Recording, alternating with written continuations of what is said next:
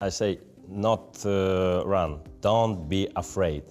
I will not leave you alone. Amazing. He's like the white Muhammad Ali. He might not talk like Muhammad Ali, but he is the Muhammad Ali of the last generation. With an all-time great. Not a generational great, an all-time great. A generational great would almost dictate that Alexander Usyk is just a great in the last 10, 15 years. No. Alexander Usyk is a great. Hey, listen, boxing, it's sport and the gentleman. It's not a street fight. It's a boxing. Listen, boxing. It's a boxing. Say it again. Do you think he was being dirty during the whole fight? I don't have idea. I have no idea. No. Maybe. The best of all time. I know a lot of people are kind of probably going to hear me say that and say, you're going too far, you this, that. Because I've seen that straight away. As soon as Usyk did that, he's 2-time undisputed heavyweight, 1-time cruiserweight, 3-time undisputed. His resume, yes, look, at heavyweight, it's a lot of rematches. But it's the way he's doing it. Yeah. And he's not just, okay, he could have 10 world... Deontay Wilder has 10 world title defenses. Yeah. Luis Ortiz and Tyson Fury are the only ones you really have any kind of weight to them. Usyk is taking on the perceived either number 1 or number 2 in these defenses. Yeah. Fury perceived number 1. AJ at the time 1. Dubois number 2. He's taking like, all right, who's the next in line? All right, I'm fighting him. Yeah. That's the way he's doing it. And he's doing it in a way in which is so beautiful to watch. Listen, what I'm saying is this, yeah. To beat Alexander Usyk, you have to be mentally disturbed in your head. Yeah? You have to be mentally disturbed. Yeah, because you have to understand. Take the fight in the first place. Yeah, because when I saw him a couple of months ago, yeah. I had a coffee with him, we were just chatting. The guy lives in Ukraine. Yep. Yeah. He goes, oh, before I came on the plane, I was sleeping in my house, and then those missiles were going over my house, and I didn't want to go in the bunker. I was like, I'll just go to sleep. There's some craziness, isn't it? I mean, like, imagine you're in your house in Barna, Timbuktu, and then missiles are going. What are you gonna be like? Yeah, he's cut from very different stuff. Yeah, exactly. So, and then remember, so you have to come in there looking to go to the other side because he's looking to go to the other side. Mate, can you do us a favor? Can you stop beating us up? No. But he gets it wrong. You don't box this guy. It's like, how can I explain it to you in a way you understand? You can't box him. He's just too good. He's just unbelievable great. Yeah, forget good, he's amazing. Yeah, he's great, he's amazing. He's like the white Muhammad Ali. He might not talk like Muhammad Ali, but he is the Muhammad Ali of the last generation. You understand? We have to give him the credit where it's due. Yeah? He is that guy. Alexander Usyk recently responded to Floyd Mayweather's criticism with a powerful reminder. Boxing is a sport for gentlemen. It's not a street fight. No trash talk, no flexing, just facts. Usyk didn't have to raise his voice. His tone was calm, but the message was clear. True fighters prove themselves in the ring. They don't run. They don't hide behind exhibitions. And that's exactly what makes Usyk different. While Floyd built a career around perfection and marketability, Usyk built his on grit, risk, and technical brilliance. He became undisputed at cruiserweight. Just, you're talking about one of the great generational. I watched the first 2 rounds, and Dubois looked really dangerous. Came out, backed him up, and then Usyk just decided, I can't allow him to back me up, so I'm going to go on the front foot and box aggressive here. And he knocked him spark out. Unbelievable. Just a true generational great. What's yours, Jerry? What's yours? Alexander is the 4th greatest fighter on my personal all-time list. Wow. It's number 4. He's only behind Ali. Oh, on your all-time list? All time. Oh, wow. Okay. Only behind Floyd, Ali, and Manny. So, I'm really high on Alexander. The WBO, Frank Warner very close. Joseph Parker is obviously a Queensberry fighter. So, there could be potential that they do what they did with this fight, what they did with the Dubois fight. It also means as well that, and maybe this is why, potentially it's because Riyadh's season show is from November onwards, and I doubt we'll see Alexander Usyk in the ring this year because it's only July, but he's only fought, and I would imagine Usyk is going to be one of these 6 to 8 month type of guys. That's the way he's been over the last 2 years. So you're looking probably February next year at the earliest when he finally fights again. So for me, it's like, right, well, that will be after the Riyadh and Ring Magazine's pay-per-views end, as in they're not going to be doing pay-per-view anymore. Maybe they look at that fight and think, Usyk Parker, it's a fight that, with the greatest respect, and Alexander Usyk is a very big name, it maybe does need that pay-per-view wall behind it in order to facilitate the purses that they could potentially forking out for it. So maybe that's why Riyadh season won't do it. Now, the Zone obviously have not ruling out pay-per-view. They're still going to do pay-per-view. It was sort of broken up in different directions. Even I wasn't sure, because although I believe Usyk is the fighter of the generation in this weight class, he's at an age where, you know, overnight you sort of show up and you don't have it anymore. You know, Ali randomly lost to Leon Spinks around this age and whatnot. You know, so you know, you could get where all of a sudden, you know, it's not there on the night. So.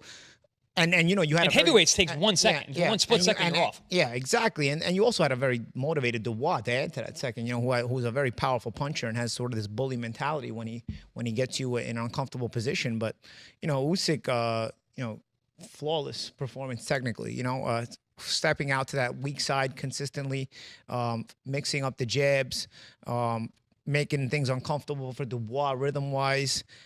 He seemed more aggressive, right? Normally, I think with some of the bigger guys, he sliced that weak side, sliced that weak side. This was different. I think with Dubois, the psychology is kind of out of the bag in that you got to kind of bully the bully, you know. And Dubois came out trying to bully him a little bit, so he started touching him and hitting him, and he started taking it to him because you start backing him up, you start putting him in a situation where he starts to doubt himself, and Dubois doesn't really come back from that very often. As a matter of fact, he doesn't bend, he breaks. In the fight, I thought he's a little bit awkward, Dubois. I don't know, but he's one of those awkward strong guys. Yeah, he's just like super strong, awkward as hell. He goes down and he takes the full count, and then he just gets up at 10 and walks across the ring right in front of Usyk, who's celebrating middle of the ring, like with his hands up in the air. Just casually walks right by Usyk's celebration as if he didn't just get counted out to 10. Foreman Ali. Remember, he walks right to his corner. Yeah, but I was like, dude, you could have got out. You waited to 10, and then he was a beaten man. You waited to 10, and then not only you get up, you don't even have the presence of mind to realize, like, I'm walking right into the picture where he's celebrating. But Paulie, he was a beaten man before the first night. He tried to jab, he tried to throw that right hand, and he landed that right hand a couple of times, by the way. He got Alexander Usyk in the corner, and he was trying to work, but ultimately he's in there with an all-time great. Not a generational great, an all-time great. A generational great would almost dictate that Alexander Usyk is just a great in the last 10, 15 years. No. Alexander Usyk is a great since boxing began. Since boxing began, people. Understand what we're watching here. We're not watching a generational great. We're watching an all-time great. That's what Daniel Dubois was in there with. There is a discussion in my brain right now as I'm talking to you about where Alexander Usyk is when it comes to the best heavyweights of all time. Like, in my head right now, I'm thinking, who beat? Interesting heavyweight division, guys. Let me know what you guys think. Let me know what you guys thought of Usyk's performance, where he ranks on the all-time list. I know, you know, everybody was big into their nostalgia, but remember, Soviets were not turning pro until the 90s, and I think that makes a big difference. That's another thing. Heavyweights are bigger. Lefties are more common now, and also the Soviet era of fighters did not start turning pro until the 90s. So the old days, they didn't have to deal with those guys. So a lot of things that also favor Usyk being a GOAT. But of course, you know, man, it's hard to pick against Ali being the GOAT. Then did it again at heavyweight, something almost no one in history has done, and he did it by beating every champion in their own backyard. Derek Chisora called him the Muhammad Ali of our time. Eddie Hearn said Usyk is a once-in-a-generation fighter. Even analysts who once doubted him now call him an all-time great, not just in this era, but in the history of boxing. It makes it obviously another thing for you, but really a good time for me to talk about that sort of thing. So, besides just how good is Alexander Usyk? We've seen him now come into the heavyweight division, fight a Derek Chisora, fight Anthony Joshua twice, fight Tyson Fury twice, and he's the undisputed heavyweight. Well, he was until obviously the belt let go. But what do you make of him as a fighter? Just sum him up, special fighter. Yeah, he's put himself in the mix to be. He's put himself in the mix as one of the greatest heavyweights that's ever been. So undisputed cruiserweight, undisputed heavyweight, amazing. Has dropped Daniel Dubois! What a shot! I'm sorry. I can't help it, man. I fucking love this. Honestly, I fucking love this game.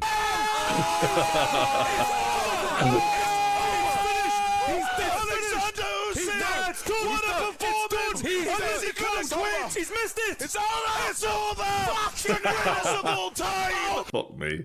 I'm sorry for going on like a lunatic, right? But it was unbelievable. And it's funny how this fight all came about, right? The controversy in the last fight, which for me was never controversial. It was a low blow, simple as that. And I don't think we've ever seen Alexander Usyk ever look for an easy way to win. In fact, I think of all the fighters on planet Earth, he is the one who takes the hardest road to win. There's no tune-up fights for Alexander Usyk. It's the biggest fight in a heavier weight than he should even be fighting at, and he makes life harder for himself, not easier. And I think he has proven his character time and time again. But yet he was accused of not being, a real Christian because he was a cheat. He was accused of deserving an Oscar because he was a play actor and robbing Daniel Dubois of what should have rightfully been his, which was a world title. And after the Tyson Fury fight, Daniel Dubois stepped in the ring and called him out. And Alexander Usyk immediately turns to Turki Al-Sheikh and says, Mr. Excellency, make the fight. He had no problem in setting this up. And immediately you kind of think he was in the middle of talking about his,